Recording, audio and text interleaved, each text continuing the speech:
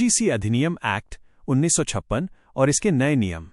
विश्वविद्यालय अनुदान आयोग यूजीसी अधिनियम 1956 भारत में उच्च शिक्षा को नियंत्रित करने वाला सबसे महत्वपूर्ण कानून है।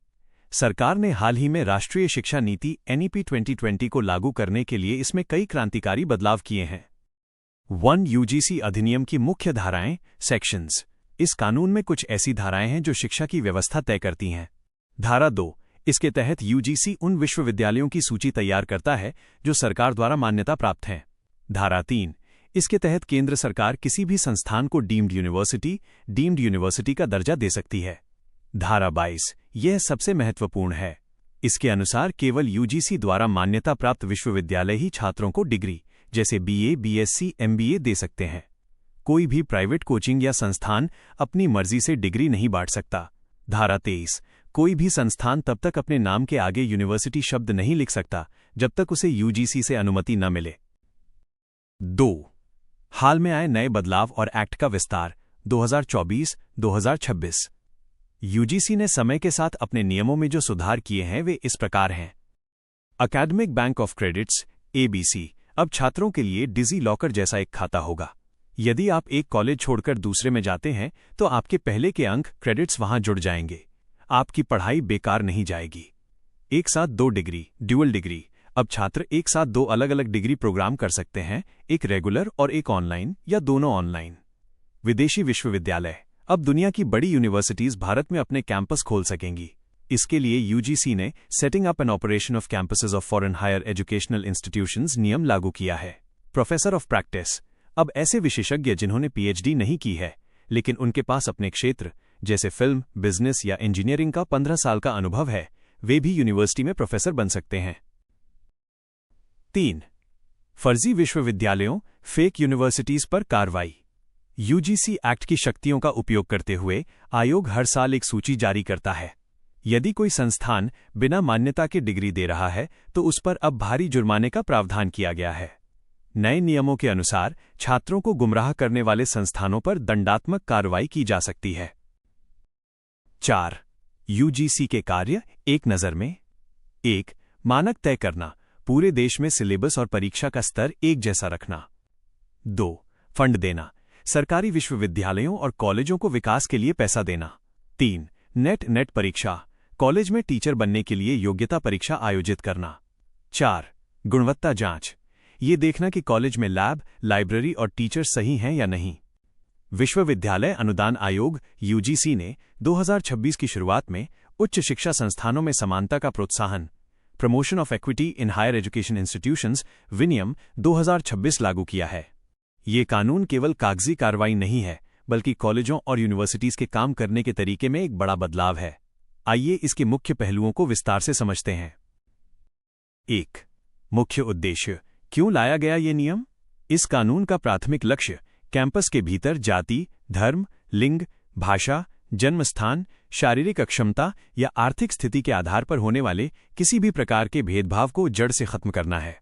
इसका विजन एक ऐसा सुरक्षित माहौल बनाना है जहां हर छात्र, चाहे उसकी पृष्ठभूमि कुछ भी हो, समान रूप से आगे बढ़ सके। 2. समानता सेल, इक्विटी सेल का गठन। अब हर यूनिवर्सिटी और कॉलेज के लिए एक इक्विटी सेल बनाना अनिवार्य है।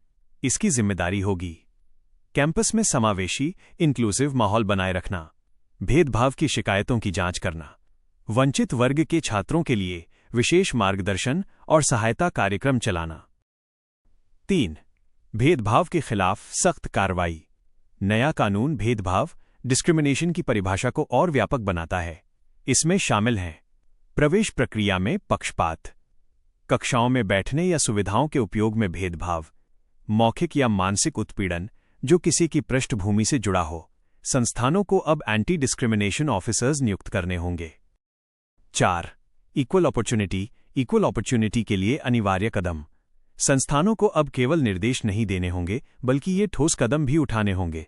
ब्रिज कोर्स, उन छात्रों के लिए विशेष कक्षाएं जो अपनी पृष्ठभूमि के कारण किसी विषय में पीछे रह गए हों।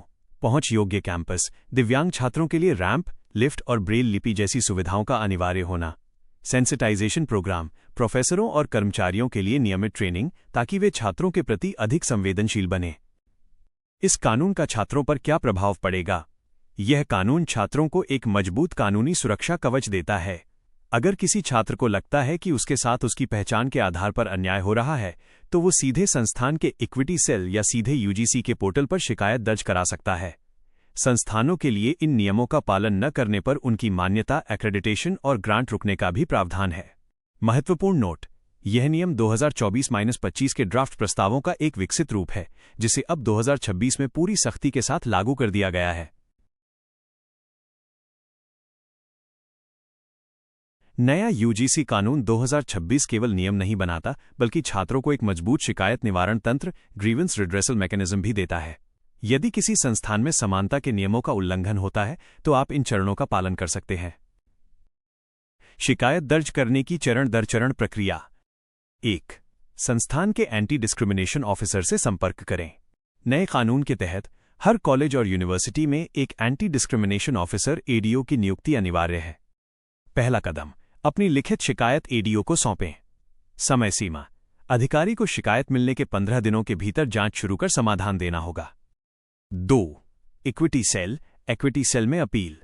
यदि एडीओ की कार्रवाई से आप संतुष्ट नहीं हैं, तो आप संस्थान के इक्विटी सेल या इंटरनल कंप्लेंट्स कमेटी (आईसीसी) के पास जा सकते हैं। ये सेल सीधे हेड ऑफ इंस्टीट्यूशन, जैसे प्रिंसिपल या वाइस चांसलर को रिपोर्ट करता है। 3.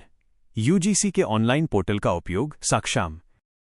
अगर कॉलेज स्तर पर सुनवाई नहीं होती है, तो आप सीधे यूजीसी के पास जा सकते हैं। यूजीसी समाधान पोर्टल। आप समाधान.ugc.ac.in का लिंक पर जाकर अपनी शिकायत ऑनलाइन दर्ज कर सकते हैं। भूमिका: यूजीसी ने हर विश्वविद्यालय के लिए एक लोकपाल ऑम्बड्सपर्सन नियुक्त करना अनिवार्य किया है।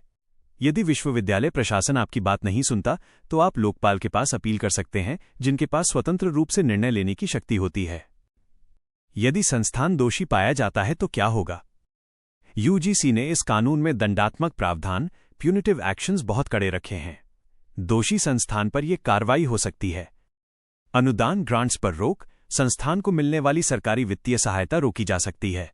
डिग्री देने पर रोक: संस्थान को नई डिग्री जारी करने या प्रवेश एडमिशन्स लेने से रोका जा सकता है।